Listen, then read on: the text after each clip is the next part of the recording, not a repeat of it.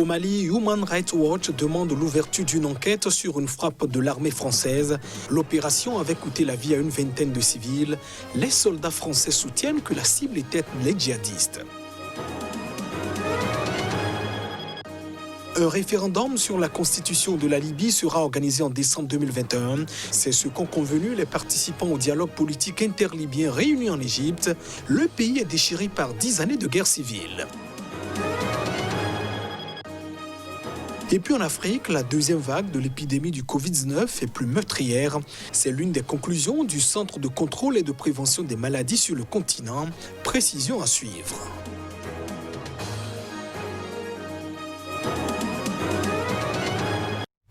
Ainsi se présente le sommaire de ce journal. Bienvenue dans cette édition. Human Rights Watch, au trousses de l'armée française, l'organisation de défense des droits de l'homme, demande l'ouverture d'une enquête sur une frappe des soldats français au centre du Mali. L'opération avait coûté la vie à une vingtaine de personnes. Reportage. Des villageois et une association Peul affirment que cette frappe a tué une vingtaine d'habitants lors d'un mariage dans le village de Bounti le 3 janvier.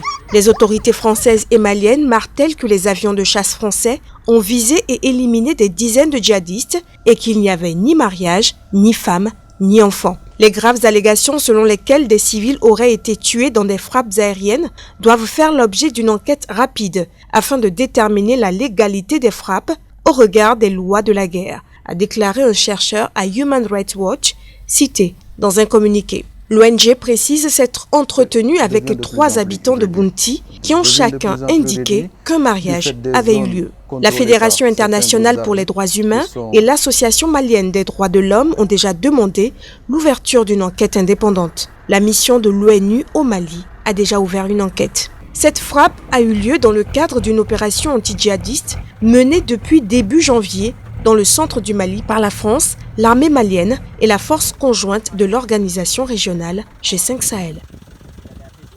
Et on reste toujours au Mali où les forces de sécurité ont dispersé à coups de gaz lacrymogène à Bamako quelques centaines de manifestants qui protestaient contre la présence de la force anti-djihadiste française dans le pays, et ce, malgré l'interdiction de leur rassemblement. Les manifestants, à pied ou à moto, ont reflué devant les lacrymogènes des policiers et des gendarmes déployés en grand nombre autour de la place de l'Indépendance. Des cortèges de motos partis de différents quartiers de la capitale pour rallier la place, lieu traditionnel des rassemblements, et participer à la manifestation ont été bloqués par les barrages policiers. L'une des figures du collectif à l'origine de l'appel a manifesté, Adama Diarra, plus connu sous le sobriquet de Ben le Cerveau, a fait état de quelques blessés légers et d'au moins 3 interpellations. La stratégie de la France qui est de diviser pour régner, c'est cette stratégie qui a été d'être appliquée. Et que nous avons compris qu'elle veut nous diviser qui? Le peuple et l'État. C'est ce que et les dirigeants qui veulent mettre dos à dos. Alors que nous voulons une unité nationale. Donc, comme nous avons compris cette stratégie-là, nous n'avons pas prêté le flanc pour qu'aujourd'hui il y ait une répression. Les autorités avaient interdit la manifestation en invoquant la lutte contre la pandémie de Covid-19.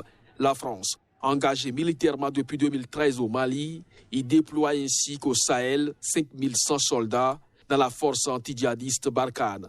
Cette présence militaire suscite régulièrement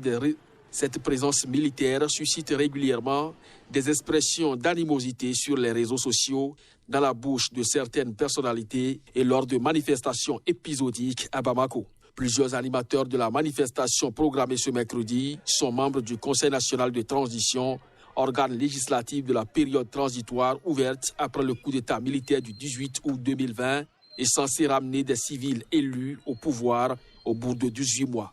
La manifestation était programmée au moment où Paris se prépare à ajuster son effort militaire au Sahel, selon le mot du président Emmanuel Macron, perçu comme préfigurant une diminution des effectifs de Barkhane.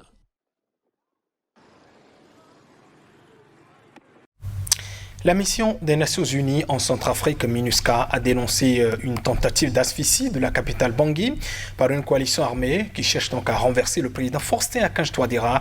Elle a aussi alerté sur le drame social et humanitaire que pourrait subir la population. Depuis le début de l'offensive des rebelles, une semaine avant les élections présidentielles et législatives du 27 décembre, Bangui subit un blocus des principaux groupes armés qui contrôlent les 2/3 du territoire et ont mené plusieurs attaques sur les routes nationales 1 et 3 reliant la capitale de ce pays enclavé au Cameroun voisin. Dans ce pays en guerre civile depuis 2013, Faustin Archange Touadéra a été proclamé réélu lundi par la Cour constitutionnelle, mais 2 électeurs sur 3 n'ont pas voté en raison de l'insécurité. Les attaques contre les convois commerciaux par les anti-Balaka, le 3R, le MPC et l'UPC et leurs alliés politiques, dont l'ancien président François Bozizé, pourraient rendre impossible la disponibilité et l'accessibilité aux biens alimentaires, aux médicaments et à d'autres produits essentiels au fonctionnement des services publics tels que les hôpitaux, a déclaré Vladimir Montero, porte-parole de la MINUSCA. Ces groupes armés et leurs alliés politiques sont responsables de violations graves du droit international humanitaire ainsi que des droits de l'homme, a-t-il ajouté dans un communiqué. Lundi, un convoi de camions commerciaux escorté par les casques bleus est tombé dans une embuscade des groupes armés et a été contraint de stopper sa route. 3 chauffeurs de camions ont été blessés dans l'attaque, affirme la MINUSCA. Les contraintes actuelles sur l'approvisionnement alimentaire déjà fragile font à nouveau grimper le prix des produits alimentaires de base. C'est également inquiété la coordinatrice humanitaire pour l'ONU, Denise Brown. Le prix de certains produits de base a augmenté d'au moins 50% dans certains endroits et dans le 2e pays le plus pauvre du monde, plus d'1/3 de la population, 1,9 million de personnes, est confrontée à un niveau élevé d'insécurité alimentaire selon l'ONU. Les participants au dialogue politique interlibyen réunis en Égypte ont convenu mercredi de l'organisation d'un référendum sur la Constitution avant les élections en décembre 2021 en Libye, pays miné par des divisions et l'insécurité. C'est ce qu'ont donc annoncé les autorités égyptiennes.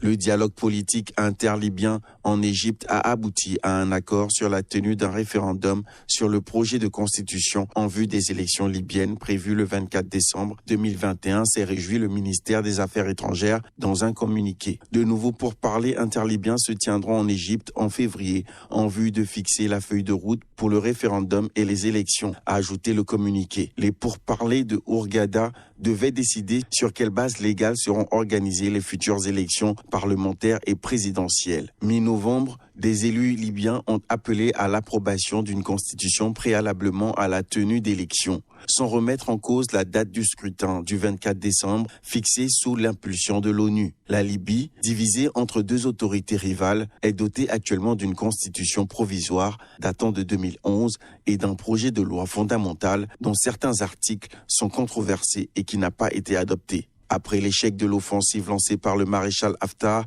en avril 2019 pour s'emparer de Tripoli, les 2 camps ont conclu un cessez-le-feu permanent en octobre et retrouvé le chemin du dialogue encouragé par l'ONU. Mardi, les participants au dialogue politique interlibyen ont finalement approuvé un mécanisme de sélection des futurs dirigeants de la transition d'ici aux élections. À Rabat, mercredi, une source diplomatique marocaine a déclaré à l'AFP que des pourparlers interlibyens doivent reprendre vendredi à Bouznika entre des représentants du Parlement basés à Tobrouk et du Haut Conseil d'État, l'équivalent d'un Sénat basé à Tripoli. Au Zimbabwe, Sibusiso Moyo, ministre des Affaires étrangères, décédé du Covid. C'est ce qu'a annoncé le gouvernement. Il est connu pour avoir annoncé le coup d'État militaire ayant permis de déloger l'ancien président Robert Mugabe. Sibusiso Moyo, surnommé le général Chéri, est décédé à l'hôpital dans la matinée à l'âge de 61 ans, a précisé un porte-parole du gouvernement. Fin novembre 2017, dans la foulée du coup d'État qui a emporté Robert Mugabe, il avait été nommé ministre des Affaires étrangères et du Commerce international par le nouveau président Emmerson Mnangagwa. Dans la nuit du 14 au 15 novembre 2017, pour la première fois depuis l'indépendance, l'armée positionne des blindés dans la capitale Harare. L'opération se déroule en douceur, seuls quelques coups de feu sont tirés autour du toit bleu, la propriété du chef de l'État, aussitôt placé en résidence surveillée avec sa famille.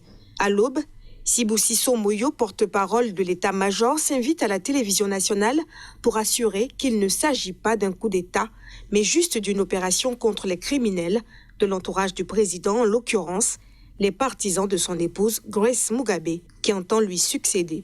C'est le 3e ministre à succomber au coronavirus dans le pays, qui subit une deuxième vague plus coriace, avec seulement 52 morts officiellement recensés, mais des hôpitaux débordés dans ce pays, à l'économie sinistrée.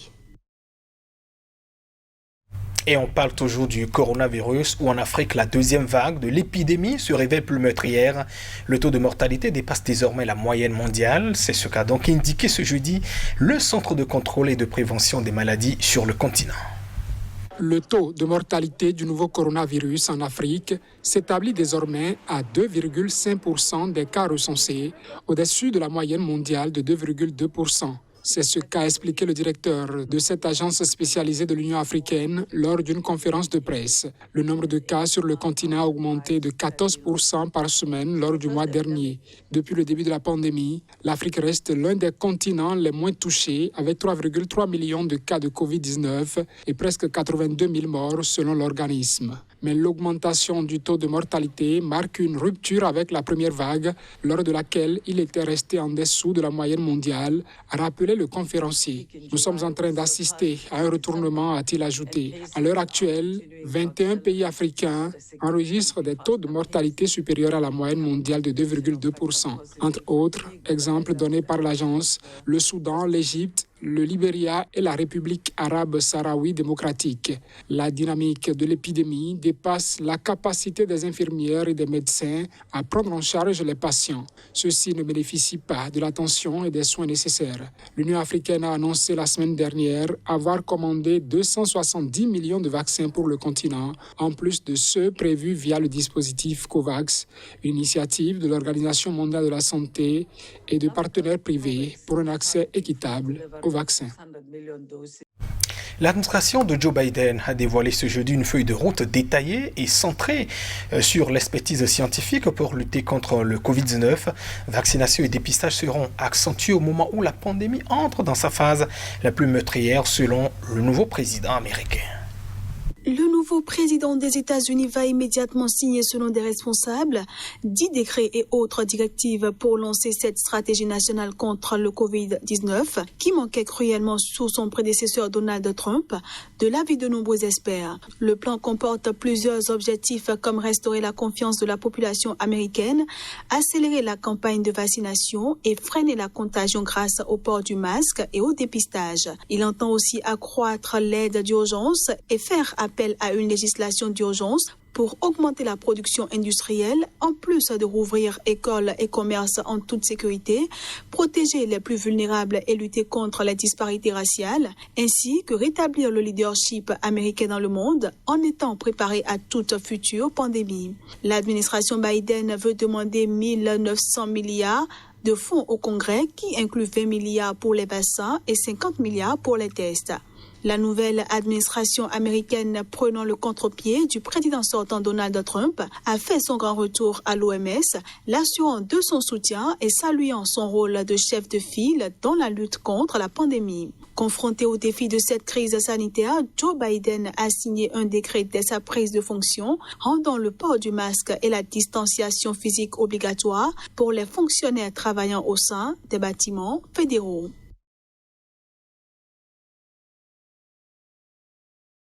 Et c'est la fin de cette édition. Merci de votre attention. Au revoir.